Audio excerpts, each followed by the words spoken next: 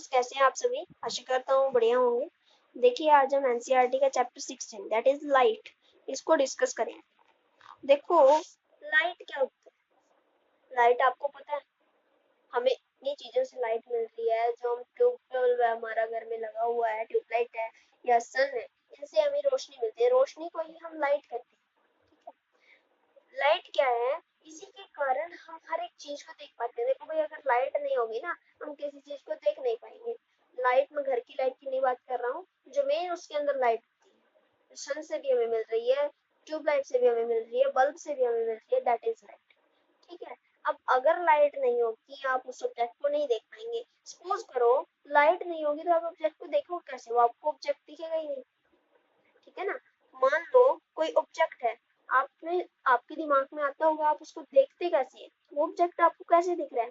मान लो आप एक अंधेरी जगह पे हैं, आपको बाहर का दिख रहा है, आपको रोशनी वाली जगह मान लो आप एक कमरे के अंदर है जहाँ अंधेरा है और बाहर सामने रोशनी, आपको तो वो रोशनी में खड़ा इंसान आसानी से दिखेगा, अच्छे से दिखेगा। लेकिन जो बाहर में आदमी खड़ा है, वो आपको देखने में प्रॉब्लम महसूस करता है। ऐसा क्यों होता है? देखो, क्योंकि उस आदमी के ऊपर जो बाहर खड़ा है, उसके ऊपर रोशनी पड़ रही है तो आप उसको देख पा रहे हैं, लेकिन आपके ऊपर तो रोशनी नहीं है, इसलिए उसको डिफिकल्टी होगी आपको देखने में। तो आपको पता चला लाइट का कितना महत्व है हमारी जिंदगी में। ठीक है। अब यहाँ पे आता है व्हाट मेक थिंग्स विजिबल। ये चीज मैंने अभी आपको बता दी कि थिंग्स हमें कैसे दिखती है। जब उनके ऊपर लाइट पड़ती है तो वो रिफ्लेक्ट होती है और हमें दिखाई देती है। अब हमारी रिफ्लेक्शन की लॉ की बात आती है। देखो भाई, रिफ्लेक्शन के दो लॉ होते हैं, आपको याद करने पड़ेंगे। बहुत इंपॉर्टेंट क्वेश्चन है इस चीज से आता है, इस टॉपिक से, और एग्जाम्स में पक्का 100% आता है। देखो, रिफ्लेक्शन के दो लॉज होते हैं। फर्स्ट क्या होता है? देखो, इसके लिए ना आपको दो तीन चीजों के बारे में पढ़ना पड़ेगा। जब हमारी लाइट एक चीज के ऊपर पड़ती है, देखो मैं आपको कोई फिगर दिखाता हूँ, जैसे ये आपको दिखाया गया 16.0 फिगर में, हमारा मिरर दे दिया यहाँ पे या कोई भी सरफेस दे दिया। जब हमारी लाइट उस ऑब्जेक्ट के ऊपर पड़ती है ना, तो वो बेंड हो जाती है और बेंड होकर के दूसरी तरफ चली जाती है। अब जो वो रिफ्लेक्टेड रे है, देखिए जो रे आकर के उस ऑब्जेक्ट से टकराई थी, वो उस रे को हम क्या कहते हैं? Incident ray. और जो रे जा रही है उसको क्या कहते हैं? रिफ्लेक्टेड रे, क्योंकि वो रिफ्लेक्शन के बाद बनी है। अब जो रिफ्लेक्टेड रे है ना, उसके कारण ही हम ऑब्जेक्ट देख पाते हैं। इंसिडेंट रे थी, रोशनी ऑब्जेक्ट पे पड़ी, रिफ्लेक्टेड रे से हमने ऑब्जेक्ट को देख लिया। अब इन दोनों का जो सेंटर होता है ना, ऑब्जेक्ट से perpendicular line, that is normal रे। अब जो नॉर्मल और इंसिडेंट रे के बीच में जो एंगल बनता है, that is angle of incident. और जो नॉर्मल और रिफ्लेक्टेड रे के बीच में एंगल बनता है, that is angle of reflection. ये कुछ चीजें आपको याद करनी पड़ेंगी। अब बात आती है लॉज की, जो हमारा टॉपिक है। देखो भाई, लॉ होता है, फर्स्ट क्या होता है? जो आपका इंसिडेंट रे है, नॉर्मल रे है, रिफ्लेक्टेड रे है, ये सभी आपके सेम मीडियम में होंगे। क्या होंगे? सेम मीडियम में होंगे। ठीक है। जैसे आपकी लाइट आई तो वैसे ही वो बेंड होगी और उसी तरफ आपका नॉर्मल, वहीं पे आपका रिफ्लेक्शन लाइट, वहीं पे आपकी इंसिडेंट रे, सभी चीजें वहीं पे होंगी। फर्स्ट लॉ तो हमारा ये हो जाता है। सेकंड लॉ क्या होता है? जो मैंने बताया था ना, एंगल ऑफ इंसिडेंस और एंगल ऑफ रिफ्लेक्शन। नहीं याद आ रहा, दोबारा बता देता हूँ। नॉर्मल और इंसिडेंट के बीच में इंसिडेंट एंगल, और नॉर्मल और रिफ्लेक्शन के बीच में रिफ्लेक्टेड एंगल। अब ये दोनों इक्वल होते हैं। ये बहुत इंपॉर्टेंट लॉज हैं, ये एग्जाम में पक्का आते हैं, तो इनको आप अच्छे से कर लीजिए। ठीक है। अब हमारा टॉपिक नेक्स्ट क्या बनता है? नेक्स्ट टॉपिक हमारा, एक मिनट ये देख लीजिए। मान लो वॉज द इमेज इरेक्ट। अब देखो यहाँ पे ना कुछ प्रॉपर्टीज होती हैं। क्या प्रॉपर्टीज होती हैं? उनको हम यहाँ एक बार एक्टिविटी पढ़ते हैं। देखो, आपने एक्टिविटी 16.1 दोबारा करनी है। एक्टिविटी 16.1 में क्या था? For fix a white sheet of paper on a drawing board or a table। आपने एक टेबल पे व्हाइट शीट रख लेनी है पेपर की। ठीक है। उसके बाद क्या करना है? आपने एक कॉम्ब लेना है and close all it's opening except one in the middle. आपने सारी ओपनिंग उसकी क्लोज कर देनी है, केवल मिडल वाली को छोड़ के। You can use a strip of black pepper. आप इस जगह एक ब्लैक पेपर चूज कर सकते हैं। Hold the comb perpendicular the sheet of paper. आपने पेपर की शीट से परपेंडिकुलर 90 डिग्री का एंगल, याद रखो। Through light from a torch. अब आपने टॉर्च से लाइट फेंकनी है एक तरफ से। With slight adjustment of the torch and the comb, you will see a ray of light along the paper on the other side of the comb। आपको comb के ना दूसरी तरफ ray of light मिलेगी। ठीक है। Keep the comb and the torch steady. Place a strip of plain mirror in the path of the light ray. आपने उसके बीच में ना जो लाइट आ रही है उसके बीच में एक मिरर रख दे, तो क्या होगा, जो आपकी लाइट जा रही है ना वो बेंड हो जाएगी। क्या होगा, जो आपकी लाइट जा रही है वो बेंड हो जाएगी, and that is reflected ray. अब क्या करना है, आपने इस एक्टिविटी को दोबारा किया। अब आपने एक स्टिफ पेपर की शीट लेनी है या चार्ट पेपर लेना है। Let the sheet project a little behind the edge of the table. Cut the projecting portion of the sheet in the middle. आपने क्या करना है, जो शीट का मिडल है ना, प्रोजेक्टिंग पोर्शन है जहाँ से प्रोजेक्शन हो रहा है उसको कर देना। अब आपने रिफ्लेक्टेड रे पे देखना है।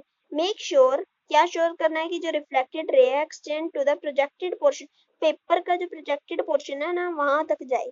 Bend that part of the projected portion. अब आपने उसको मोड़ देना है प्रोजेक्टेड पोर्शन वाले पार्ट को, on which the reflected ray fall, जिसके ऊपर रिफ्लेक्टेड रे पड़ रही है। Can you still see the reflected ray, क्या आप अब भी रिफ्लेक्टेड देख पाएंगे। Bring the paper back to the original position. अब आपने उस पेपर को दोबारा से वहीं पे रख दिया। Can you see the reflected रे अगेन, क्या आप दोबारा से उसे दे पाएंगे। व्हाट डू यू इन्फर, तो आपको यहाँ से क्या इन्फॉर्मेशन मिली। देखो, when the whole sheet of paper is spread on the, जब पूरी शीट टेबल पे रखी हुई थी पेपर की, तो वो एक प्लेन दिखा रही थी, और इंसिडेंट रे, नॉर्मल और point of incidence and the reflected रे वो सभी एक ही प्लेन में होते हैं। जब आपने पेपर को बेंड कर दिया तो आपने एक प्लेन को ऐसा प्लेन बना दिया जो कि प्लेन से अलग है, जिसमें इंसिडेंट रे और नॉर्मल रे तो है, then you do not see the reflected ray, फिर आपको वहां पे रिफ्लेक्टेड रे नहीं दिखेगी। व्हाट डज इट इंडिकेट, अब ये क्या दिखाता है, ये क्या दिखाता है कि जो इंसिडेंट रे, नॉर्मल रे और रिफ्लेक्टेड रे हैं ये सभी सेम प्लेन में होते हैं। ये हमारा लॉ ऑफ रिफ्लेक्शन भी है जो हम पहले पढ़ चुके हैं। ठीक है, अब क्या होता है, जो पहेली और बूझो है ना वो एक एक्टिविटी करते हैं क्लासरूम में, यही वाली, with the sun as the source of light, और इसमें सोर्स ऑफ लाइट क्या यूज करते हैं, सन, विदाउट टॉर्च, मतलब टॉर्च की जगह पे इन्होंने सन को यूज कर लिया। You too can use the sun as the source of light, अब आप भी एक्टिविटी में सन यूज कर सकते हैं। These activity can also performed by making use of the ray stick apparatus available in the kit prepared by NCERT। ये तो kit वगैरह की बात आ गई, इसको छोड़। देखो, Boojho remember that he had studied in class 7, Boojho क्या याद करता है, उसने क्लास 7 में पढ़ा था। इमेज जो बनती है ना ऑब्जेक्ट की, उसके कुछ फीचर्स के बारे में, प्लेन मिरर के द्वारा बनती है। ठीक है, पहली asked him to recall those feature, अब पहली कहती है उनको फीचर्स को याद करो। क्या जो इमेज इरेक्ट होगी, अपसाइड डाउन होगी, was it of the same, क्या वो सेम साइज की होगी ऑब्जेक्ट के, क्या जो इमेज है वो सेम डिस्टेंस पे मिलेगी मिरर के, could it be obtained on a screen, क्या वो स्क्रीन पे मिलेगी। देखो भाई, जो हमारा प्लेन मिरर होता है ना वो हमें वर्चुअल, इरेक्ट और सेम साइज की, सेम डिस्टेंस पे इमेज देता है। इसके बारे में हम पढ़ते हैं अभी, देखिए। Let us understand a little more about the formation of image by a plane mirror in the following way. देखो, यहाँ पे आपको फिगर दिखाई, मेरा प्लेन मिरर है, इसके ऊपर मेरी रिफ्लेक्टेड रे पड़ रही है ऑब्जेक्ट से, जो मेरा अब यहाँ पे मेरी इमेज बनी। देखो, आप देख सकते हैं ये प्लेन मिरर है जिसके ऊपर P Q, P Q is my plane mirror, 8C are the normal rays। ठीक है, मैंने O पॉइंट से A पे और C पे रेज डाली, अब A की भी बैंड हो गई और C की भी बैंड हो गई, B एंड D रिस्पेक्ट। अब क्या हुआ, वहां पे तो मेरी इमेज बन ही नहीं रही, लेकिन पीछे की साइड मुझे ऐसा महसूस हो रहा कि इमेज बन सकती है, तो जब मैंने वहां पे डॉटेड लाइन बनाई तो यस मेरी इमेज बन गई। तो जब हमारी इमेज स्क्रीन पे ना बन के, स्क्रीन पे तो नहीं बने लेकिन वैसे हमें स्क्रीन पे ना बन के वो ऐसा लगे कि इमेज पीछे बन रही है, तो that is our virtual and erect image.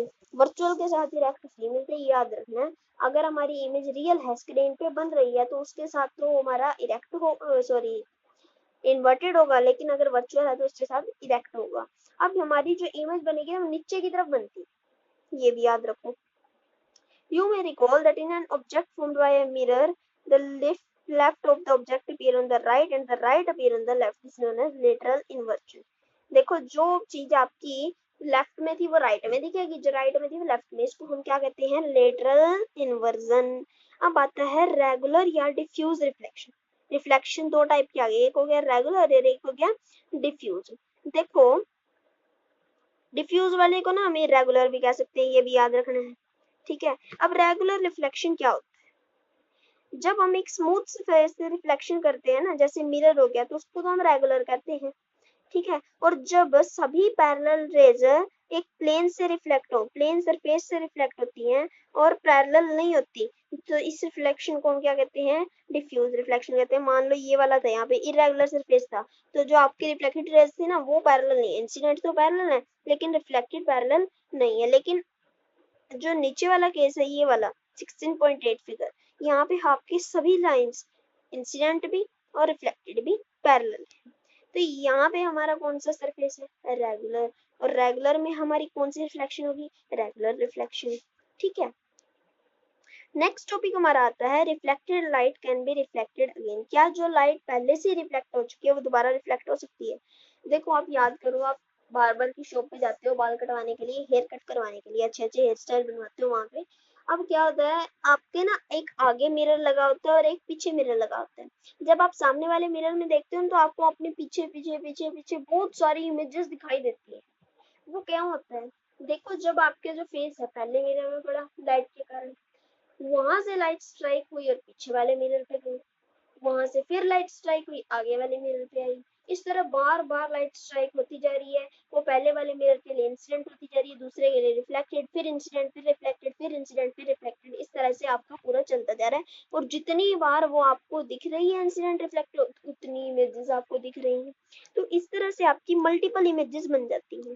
ठीक है, जैसा कि आपको यहाँ पिक्चर में दिख सकता है, पहली इमेज बन रही है, दूसरी बन रही है, उसके पीछे अगर आपको बड़ा मिरर है तो आपको बहुत सारी दिखे। ठीक है। अब हमारा आता है कैलिडोस्कोप। ये जैसा आपको यहाँ पे दिखाया गया है, इसको हम पढ़ लेते हैं। चलो, आपकी एक्टिविटी आपको करके देखनी है। आपने क्या करना है, 3 रेक्टेंगुलर मिरर की स्ट्रिप ले लेनी है, रेक्टेंगल शेप की, जो 15 सेंटीमीटर लंबी और लगभग 4 सेंटीमीटर चौड़ी होनी चाहिए। उनको ज्वाइन कर देना है एक प्रिज्म के रूप में, जैसा आपको फिगर में दिखाया है। अब एक उनको सर्कुलर कार्डबोर्ड के अंदर फिक्स कर देना है। ठीक है, जो कि चार्ट पेपर से बनी होगी। ठीक है।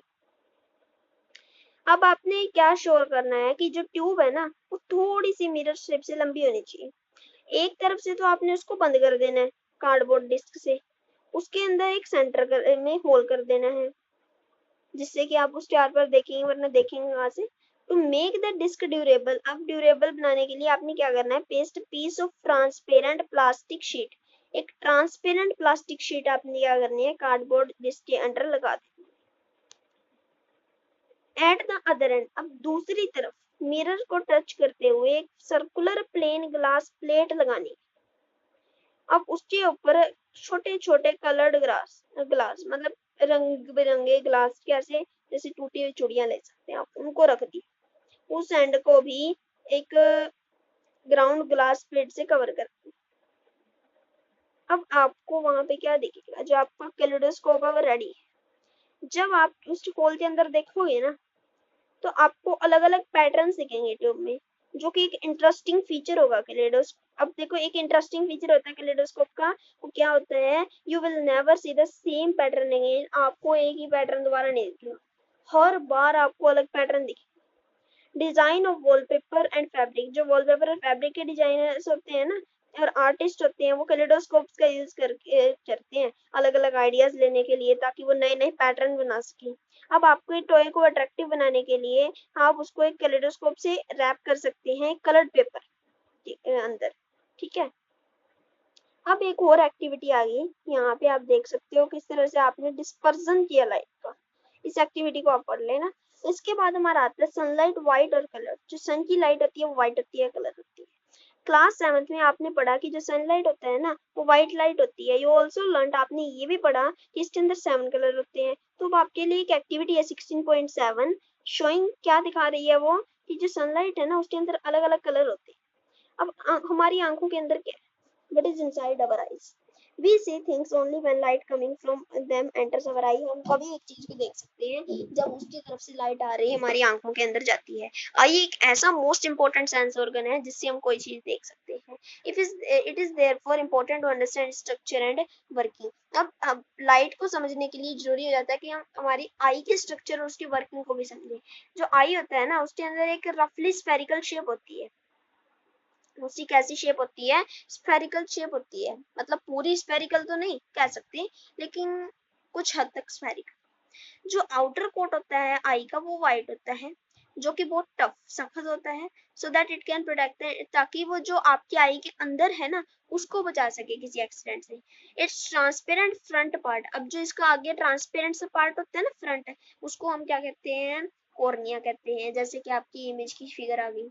अब कॉर्निया के पीछे आपको एक डार्क सी ना मस्कुलर स्ट्रक्चर मिलता है, जिसको हम क्या कहते हैं, आइरिस कहते हैं। आइरिस के अंदर छोटी छोटी ओपनिंग होती है, जिसको हम क्या कहते हैं, प्यूपिल कहते हैं। जब साइज होता है प्यूपिल का, वो आइरिस के द्वारा ही कंट्रोल होता है। जो आइरिस है वो आई का वो पार्ट है जो हमें अलग अलग कलर्स दिखाता है। व्हेन वी से, जब हम कहते हैं कि पर्सन की ग्रीन आईज, हम कहते हैं ना उसकी हरी आंखें, हम क्या कहते हैं कि जो उसकी आइरिस का कलर है ना वो ग्रीन। जो आइरिस है ना वो आपके अंदर जो लाइट आ रही है आपकी आई के अंदर उसको कंट्रोल करती है। अब देखो किस तरह से, behind the pupil of the eye is a lens. अब पिपिल के पीछे का लेंस होता है जो कि बीच में से तो मोटा होता है।